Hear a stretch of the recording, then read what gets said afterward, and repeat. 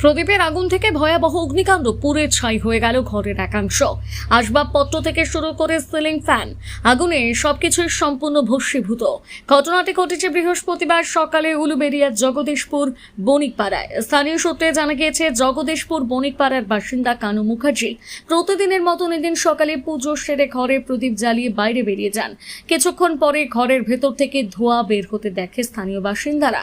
কাছে গিয়ে তারা দেখতে পায় ঘরের ভেতর দাউ দাউ করে আগুন জ্বলছে। স্থানীয় বাসিন্দারা দরজা ভেঙে আগুন নেভানোর চেষ্টা শুরু করেন। খবর দেওয়া হয় দমকল বাহিনীকে, তবে দমকল ঘটনাস্থলে পৌঁছানোর আগে আগুনে ঘরের একাংশ এবং আসবাবপত্র সহ বিভিন্ন সামগ্রী পুড়ে ছাই হয়ে যায়। জ্বালা ছিল প্রদীপের সত্যটা নিয়ে যে বাড়ি থেকে ছিল, আমিও ছিলাম আর ছেলে দিদি আর আমি পুজো করতে পেরেছি ঘরে তালা মারা ছিল, যার জন্য চলে গেছে। এই সব কিছু পুড়ে গিয়ে এবারে বাইরে লোক এসে গেলে কি হবে, তালা দেওয়া তো ভাঙতে দেরি হয়েছে, রাতেই আচ্ছা ছিল সে তখন নেবে না। আচ্ছা সেদিকে নিয়ে গেছে প্রদীপের আগুনেই প্রদীপের আগুন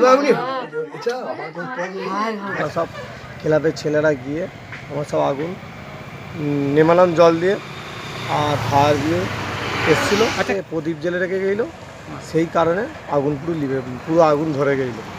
ধরে যাওয়ার পরে আর বাড়িতে কিচ্ছু নেই, সব আগুনে একদম নষ্ট হয়ে গেছে। আপনার নাম?